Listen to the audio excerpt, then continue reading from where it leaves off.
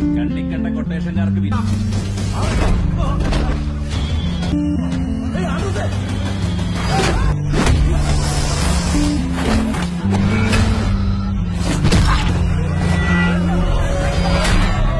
Balik lagi bareng gue Rizal. Kali ini cerita film akan menceritakan alur film berjudul Anthony. Anthony yang kini menjadi orang yang paling ditakuti di desanya, yang membantu anak yatim piatu bernama Anna. Sebelum masuk ke ceritanya, Mimin sapa dulu nih warga yang hadir kemarin.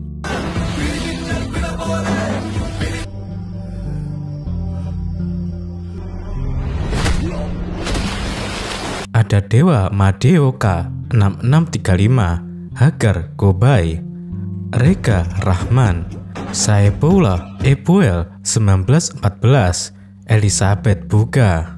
Bagi warga yang ingin disapa selanjutnya, silahkan kasih komentar terbaik buat Mimin ya.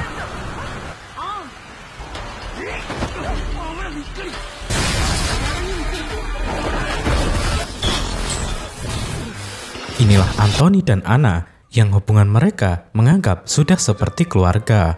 Mereka sama-sama kuat dalam hal bela diri, dan cerita Anthony dan Anna pun dimulai.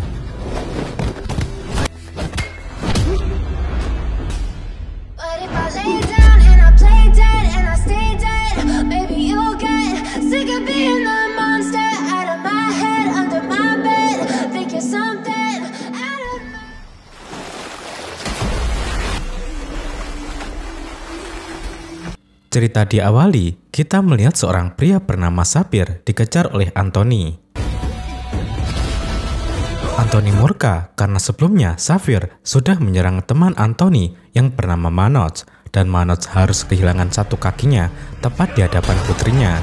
Diketahui penyerangan itu disebabkan karena Sapir banyak melakukan kegiatan ilegal dan Manoj siap bersaksi atas kejahatannya.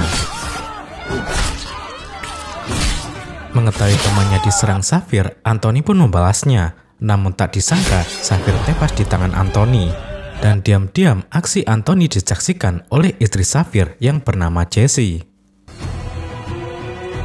Diceritakan jika anak Sapir yang bernama Anna merupakan seorang mahasiswa di sebuah kampus elit. Dia gadis yang agresif yang mengembari olahraga MMA. Walaupun seorang wanita, namun kekuatannya melebihi seorang pria. Sejak kecil Anna tinggal di asrama dan jarang sekali bercengkrama dengan orang tuanya. Kala itu, anak diberitahu kalau ayahnya meninggal. Anna pun pulang dan memberikan penghormatan terakhir kepada ayahnya. Terlihat kerabat Sapir yang bernama Lauren datang. Dia disambut keponakan Sapir yaitu Simon. Simon bertanya apakah Lauren berhasil mengeluarkan Tarzan dari penjara. Lauren menjawab belum. Seorang polisi junior yang berjaga di rumah duka bertanya kepada seniornya, "Siapakah Tarzan?" Seniornya menjawab kalau Tarzan kakak Sapir yang kini mendekam di penjara karena membunuh istri polisi Tamil. Si junior pun menganggap kalau Tarzan adalah orang yang berbahaya. Namun seniornya menyangkal jika orang yang paling berbahaya di daerah ini adalah Anthony, orang yang membunuh Sapir. Dia bercerita jika Anthony dulu pernah membunuh wakil inspektur dengan cara meledakkannya dan kemudian membunuh kontraktor Narayan dengan cara yang sama. Namun karena tidak ada saksi, Anthony bebas dengan mudah, dan kini Anthony kembali ditangkap atas kasus ini. Seorang pendeta bernama Paul tiba di rumah duka. Dia memimpin ritual untuk pemakaman Sapir yang diiringi kesedihan para kerabatnya. 6 bulan kemudian, Anthony dibebaskan karena belum ditemukan saksi yang memberatkannya. 4 teman Anthony bersiap untuk menjemputnya. Mereka senang karena dapat kembali bersama dengan Anthony. Anthony pun bebas. Dia pun menanyakan kondisi Manoj. Tak disangka Manoj pun ingin menjemputnya, dan kini dia mengalami cacat seumur hidup. Manoj memeluk Anthony. Dia berterima kasih karena Anthony sudah membunuh orang yang telah membuatnya cacat. Keesokan harinya, Anthony menemui pendeta Paul. Ternyata Paul dan Anthony berteman sejak lama. Anthony curhat kepada Paul jika sebenarnya dia tak berniat membunuh Sapir. Dia hanya ingin membalas setelah apa yang Sapir lakukan kepada Manoj. Paul menyatakan jika istri Sapir, yaitu Jessie, melihat aksi Anthony ketika membunuh suaminya. Awalnya, Anthony tak percaya karena sampai saat ini kepolisian tidak menemukan saksi. Namun Paul menjelaskan jika Jessie mengatakannya secara pribadi kepadanya. bahwa dia menyaksikan kejadian malam itu. Paul merasa kasihan kepada Jesse dan anaknya karena kini tidak ada lagi yang mengurusnya. Dia menyarankan agar Anthony memberikan satu rumahnya kepada Jesse untuk meringankan beban hidupnya. Karena diketahui selama ini Jesse tinggal di rumah kontrakan. Mereka sempat berdebat karena Anthony tidak setuju, namun Paul memarahinya yang akhirnya Anthony menyetujuinya. Singkat cerita, Anthony menemui pengacara untuk mengurus penyerahan rumah tersebut. Pengacara memintanya berpikir kembali. Dia takut setelah rumah ini jatuh ke tangan Jesse akan mengkhianatinya dengan bersaksi menuntut kematian suaminya. Namun Anthony tidak menghiraukannya. Dia ikhlas menyerahkan rumahnya untuk mereka untuk menebus kesalahannya. Anthony pun menghampiri Jesse. Dia meminta maaf kepadanya dan meyakinkan jika dia tidak berniat membunuh Safir. Namun jawaban Jesse mengejutkannya. Dia berkata jika itu tindakan yang bagus. Setelah itu Anthony hendak pulang. Namun di perjalanan dia hampir saja menabrak seorang wanita. Wanita itu meminta maaf dan mengakui dia yang salah. Wanita itu bernama Maya. Dia adalah seorang perawat yang ditugaskan untuk merawat orang kaya yang terpandang di desa itu bernama Avaran. Diketahui Avaran mengalami kebutaan yang diakibatkan penyakit yang dideritanya. Dia tidak memiliki keluarga sehingga dia memanggil perawat. Pertama kali Avaran bertemu Maya, ia berhasil mengesankan Avaran yang membuat Avaran menerimanya. Terlihat Avaran tak pernah jauh dari kitabnya. Kemanapun dia pergi, dia selalu membawanya. Kala itu Avaran mendapatkan panggilan dari Anthony. Ternyata Anthony kenal dekat dengan Avaran. Malah Avaran menganggapnya sebagai anaknya sendiri. Dia meminta Anthony datang. Karena semenjak Anthony keluar dari penjara, dia belum bertemu lagi dengannya. Anthony pun berjanji akan menemuinya. Namun saat itu, Anthony kedatangan tamu seorang polisi bernama Pramod. Pramod membawa keponakannya yang babak belur.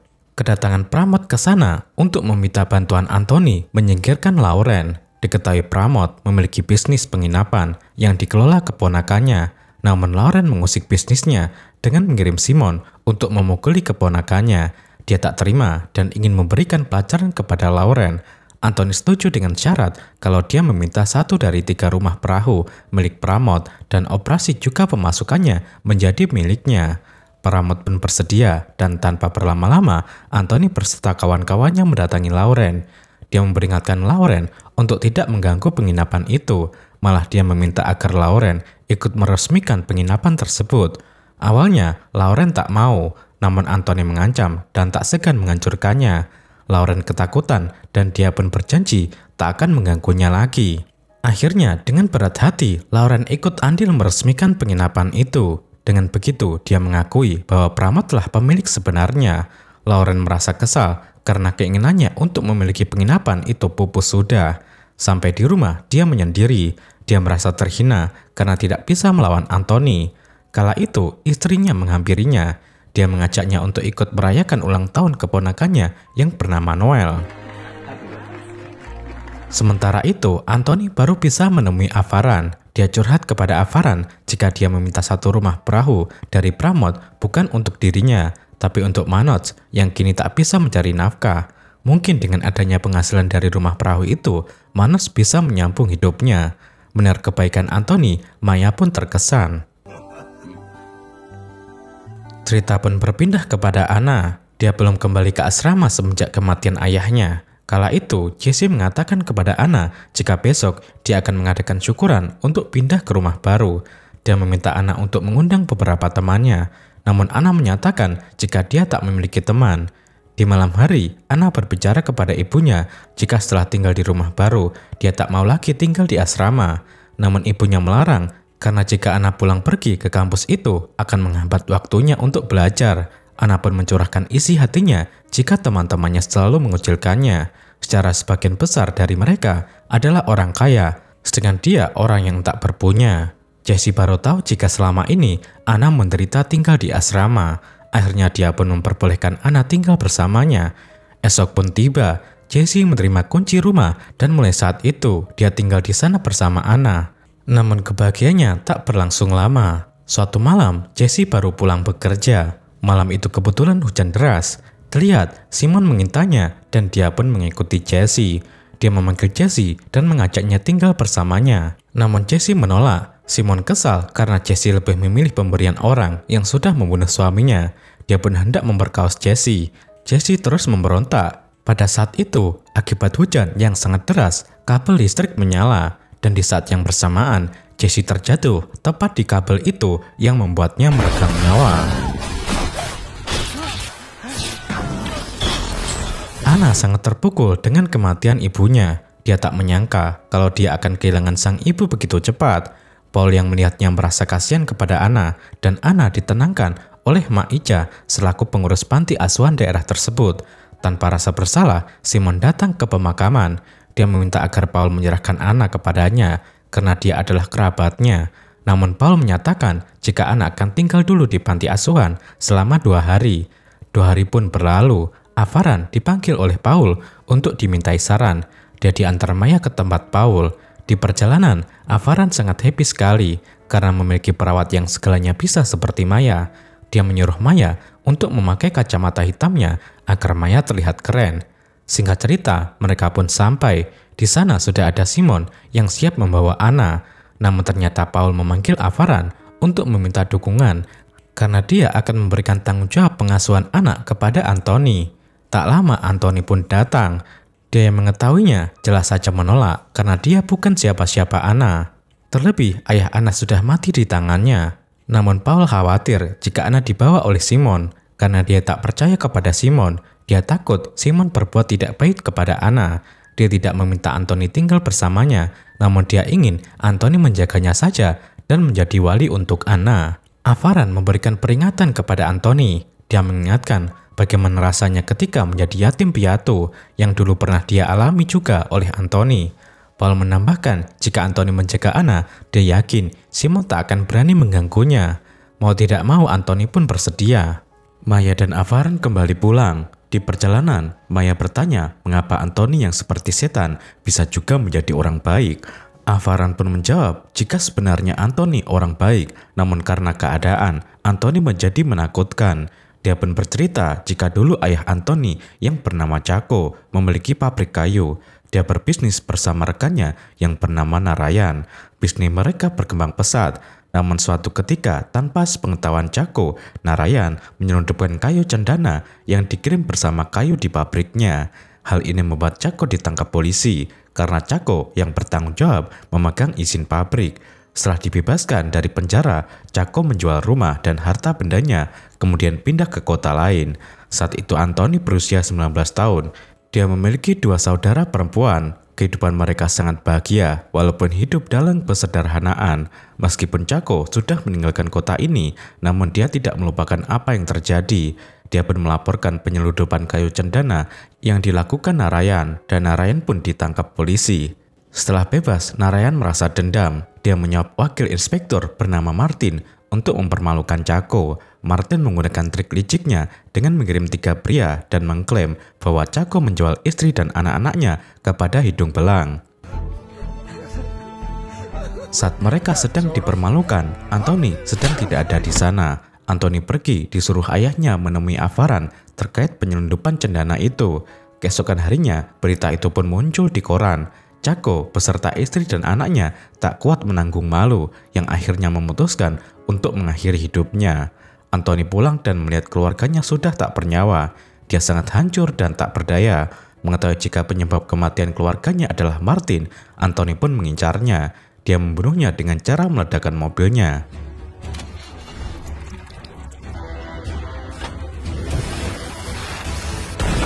Kemudian setelah itu, Anthony mengincar Narayan. Dia menjatuhkan Narayan ke jurang dan juga meledakkannya.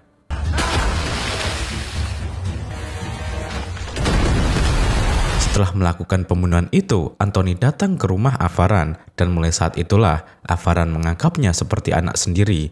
Avaran menyatakan jika Anthony bisa menjadi setan, namun dia juga bisa menjadi malaikat. Avaran pun memberitahukan jika Anthony kembali membeli rumah, properti, dan juga pabrik kayu yang dulu pernah dijual ayahnya. Dan sampai saat ini, kota ini berada di bawah kendalinya. Keesokan harinya, Anna hendak kembali ke asrama, dan Anthony siap mengantarnya. Namun tiba-tiba Simon muncul. Dia memarahi Paul karena ikut campur dalam urusan keluarganya.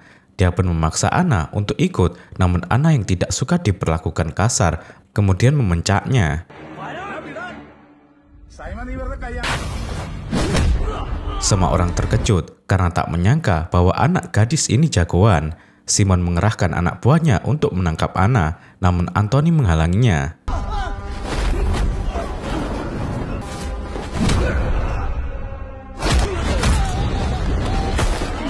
Singkat cerita, Simon dan kawan-kawannya lari untuk kabur. Tanpa banyak kata, Anna pun naik ke mobil untuk diantar ke asrama kampusnya. Sesampainya di kampus, Anna meminta Anthony untuk berhenti mengurusinya. Namun saat itu dosen Anna menyapa Anthony dan sudah tahu kalau Anthony adalah wali Anna yang akan bertanggung jawab apapun masalah tentangnya. Dia kemudian menghadap rektor karena ada yang disampaikan. Rektor kampus menyampaikan kebrutalan Anna yang sering melakukan kekerasan kepada teman-temannya.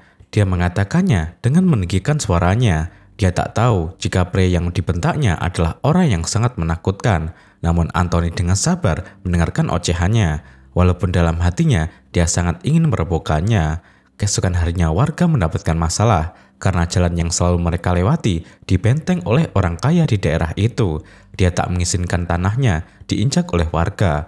Anthony yang diminta membereskan masalah ini malah dihubungi oleh dosen Anna. Pekerjaannya menjadi terhambat karena mengurusi Anna, sehingga dia mengambil keputusan untuk menghancurkan rumah orang kaya itu jika tidak mau membuka kembali akses jalannya.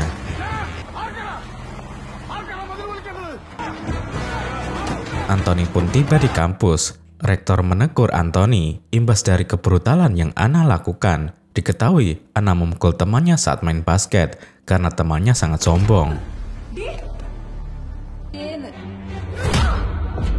Anthony tak mau masalah ini berlarut-larut. Dia pun meminta maaf kepada mereka dan meyakinkan jika Anna tak akan mengulanginya lagi.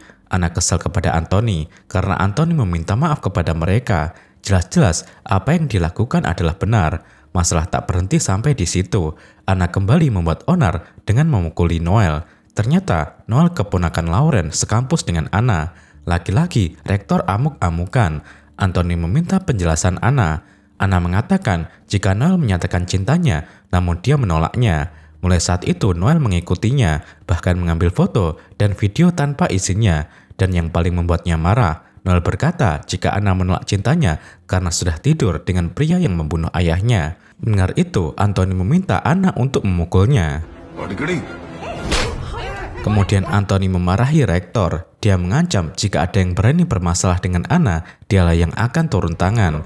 Mendengar itu, Anna tersenyum. Kini dia merasa memiliki pendukung. Hal ini diakui oleh Anthony. Dia curhat kepada teman-temannya jika dia bahagia melihat senyuman di wajah Anna.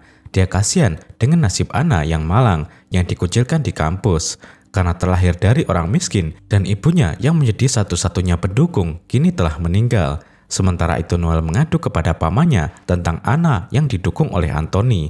Lagi-lagi Lauren merasa terhina karena Anthony selalu mengalahkannya. Dia pun menghubungi pengacara dan meminta agar pengacara segera membebaskan Tarzan berapapun biayanya. Dan inilah Tarzan yang merupakan kakak Sapphire.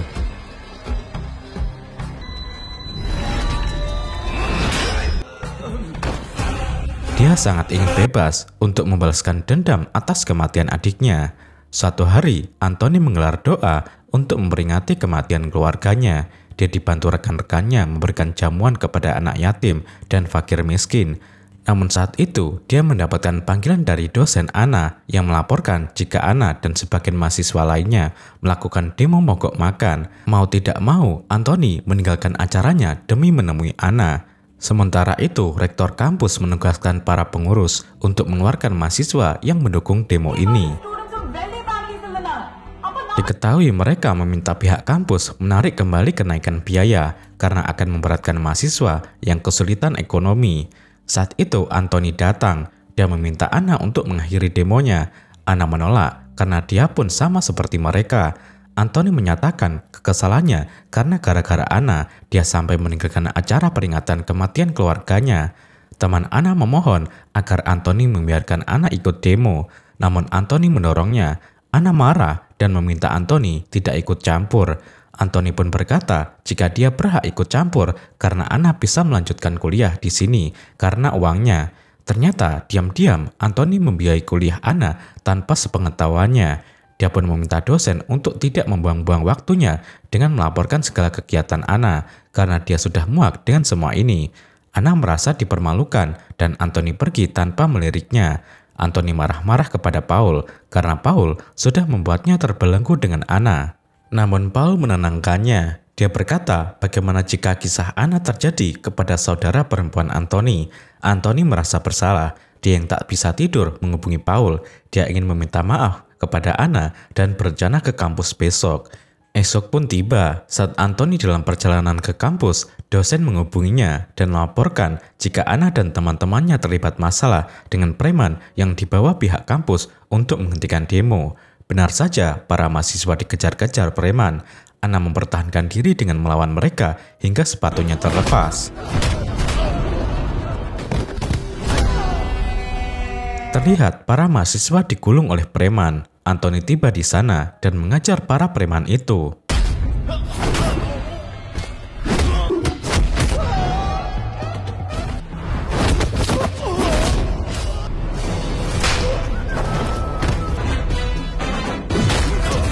Teman-teman Anthony datang dan mengamankan beberapa preman. Kemudian mereka pun membawanya ke ruangan rektor untuk dijadikan saksi. Anthony mengajar rektor karena muak dengan kesemena-menaannya. Dia mengingatkan jika rektor dan para dosen bisa bekerja di sini hanya karena bayaran dari mahasiswa dan seharusnya mereka tidak membeda-bedakannya. Rektor meminta maaf dan dia bersedia melakukan apapun. Tak lama kemudian, Anthony keluar ruangan. Dia memberitahu dosen, dan dosen mengumumkan bahwa pihak kampus menormalkan kembali biaya kuliah. Mendengar itu, para mahasiswa bersorak gembira. Anthony meminta maaf kepada mahasiswa yang sudah Anthony marah-marahi kemarin. Dia pun mencari-cari Anna, dan terlihat Anna sedang memakai sepatunya yang sudah usang. Anna pun pergi tanpa menoleh kepada Anthony. Anthony curhat kepada Paul. Dia merasa gelisah karena dicuekin oleh Anna. Tapi saat itu, Anna menghubunginya dan mengajaknya bertemu.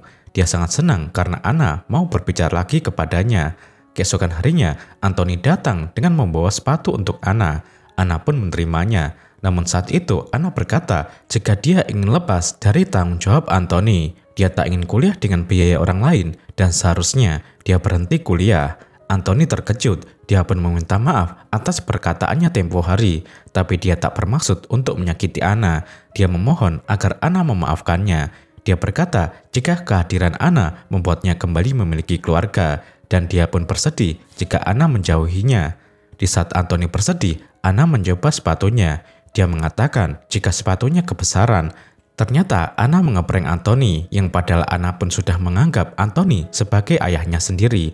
Anthony sangat bahagia dan dia pun mengajak Anna berbelanja apapun yang Anna mau. Saat Anna kembali ke asrama, dia ditegur oleh penjaga karena Anna terlambat pulang. Anna pun memutuskan untuk meninggalkan asrama dan memilih tinggal bersama Anthony. Dengan senang hati, Anthony membawanya pulang. Namun saat Anna masuk, dia sangat terharu ketika melihat foto ibunya disandingkan dengan foto keluarga Anthony.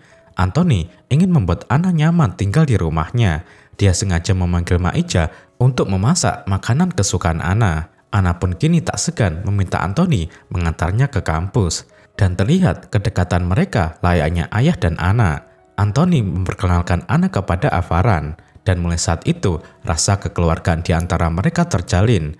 Anthony membiarkan Anna menyetir mobil untuk menunjukkan kepada teman-temannya bahwa Anna layak dihargai. Anthony yang garang berubah menjadi lemah lembut. Dia pun menghiasi hari-harinya dengan penuh kebahagiaan. Kedekatan Anna dan Anthony dimanfaatkan oleh Lauren. Dia memprovokasi warga untuk menyalahkan Paul yang membiarkan Anna tinggal bersama pria yang bukan siapa-siapanya. Salah satu warga menyatakan keraguannya terhadap Anthony. Mungkin saja Anthony akan berbuat tak senonoh kepada Anna. Lauren meminta Paul untuk menyerahkan Anna kepada Simon yang jelas-jelas Simon adalah saudara Xavier. Anna pun angkat bicara jika Xavier bukanlah ayah kandungnya. Jadi Anna dan Simon tidak ada ikatan darah dan bukan saudara. Semua orang di sana terkejut mendengarnya. Anna berkata jika Anna belum pernah melihat ayah kandungnya karena ayah kandungnya meninggalkan ibunya di saat Anna berusia 3 bulan dan Xavier adalah ayah tirinya. Namun perlakuan Safir terhadapnya tidak mencerminkan layaknya seorang ayah. Safir selalu ingin melecehkannya, hingga ibunya menyadari, dan itu mengapa sejak umur 8 tahun ibunya mengirimkannya ke kelas tinju dan juga membiarkannya tinggal di asrama agar Anna terhindar dari tindakan bejat Safir. Setiap hari ibunya selalu berdoa agar Safir segera dicabut nyawanya dan Tuhan mengirimkan Anthony untuk mengabulkan doanya. Dan perihal Anthony, dia menyatakan walaupun dia memanggilnya nama, namun dalam lubuk hatinya dia menganggap Anthony sebagai ayahnya.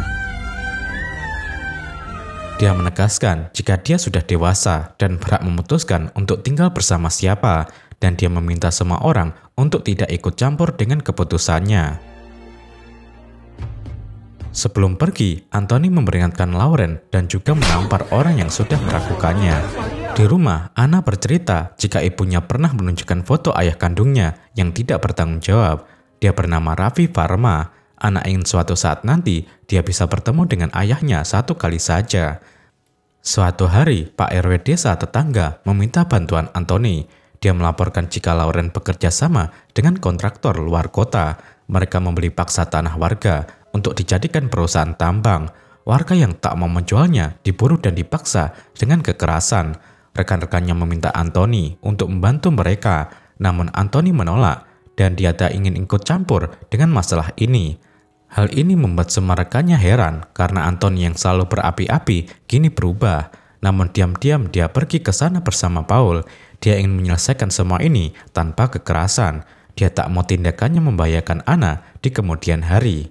Dengan begitu, dia meminta Paul bernegosiasi dengan kontraktor. Singkat cerita, mereka sampai ke lokasi. Paul berbicara dengan kontraktor perihal ketidaksetujuannya warga menjual tanahnya. Namun kontraktor yang sombong menyuruh mereka pergi. Anak buahnya menjatuhkan Pak RW dan terpaksa Anthony pun mengeluarkan kekuatannya melawan mereka. Setelah itu, dia mengancam kontraktor dan hampir saja membunuhnya. Sepulang dari sana, dia ke rumah sakit karena dia mendapatkan kabar jika rekannya yang bernama Johnny diserang dan kini dalam keadaan kritis. Tak lama kemudian Johnny sadar. Johnny pun menceritakan jika tadi dia diserang oleh Tarzan. Keesokan harinya, dia menemui Inspektur Pramod untuk mencari tahu bagaimana Tarzan bisa bebas. Mereka pun akhirnya tahu jika Tarzan mendapatkan jaminan dari Lauren. Tarzan melukai Johnny untuk membalaskan dendam karena Anthony sudah membunuh adiknya. Pramod tak bisa membantunya karena dia takut kedua anaknya terkena imbas kemarahan Tarzan. Saat itu, Anthony mendapatkan telepon dari Avaran. Avaran ingin menyudahi pertikaian di antara Anthony dan Tarzan. Dia akan menemui Tarzan untuk berbicara dengannya. Dia yakin Tarzan akan mendengarkannya karena dulu ayah Tarzan pernah menjadi sopirnya selama 20 tahun. Singkat cerita, Avaran tiba di tempat janjian. Maya menuntunnya untuk bertemu dengan Tarzan. Avaran meminta Tarzan untuk menghentikan perbuatannya. Dia berjanji akan menyuruh Anthony pergi jauh dari kota ini. Namun Tarzan menegaskan jika dia akan memburu orang-orang terdekat Anthony dan dia akan membunuhnya. Dia meminta agar Avaran tidak ikut campur. Jika masih saja, dia akan melupakan rasa terima kasih ayahnya dengan memotong-motong tubuh Avaran dan menjualnya di pasar. Avaran marah dan berkata jika bagus Anthony membunuh Safir dan akan lebih baik bila Anthony membunuh Tarzan juga. Tarzan murka dan memukul Avaran. Tarzan kemudian pergi dan Maya mencoba membangunkan Avaran. Saat dia hendak membawanya pulang, Avaran meminta kacamata hitamnya kepada Maya dan Maya pun memakaikannya.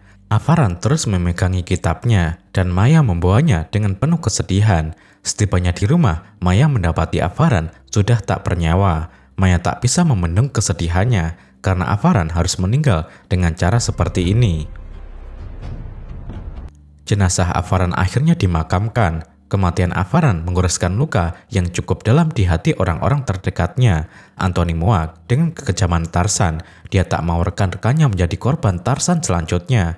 Maka dari itu, dia akan menemui Tarzan untuk menyelesaikan masalah ini. Dia tak tahu setelah pertemuan ini apa dia masih hidup atau tidak. Dia pun pamit kepada Anna, namun Anna tak rela melepaskan kepergian Anthony. Akhirnya Anthony pergi. Saat itu Maya baru ingat jika Avaran menyuruh Maya untuk memberikan kitab yang selalu dia bawa kepada Anthony. Maya pun menyusul Anthony, namun Anthony keburu pergi. Maya penasaran dan membuka kitab itu yang ternyata isinya sebuah pistol. Sementara itu Anthony tiba di kediaman Tarzan. Tarzan hendak menembaknya, namun Anthony berhasil mengalahkannya.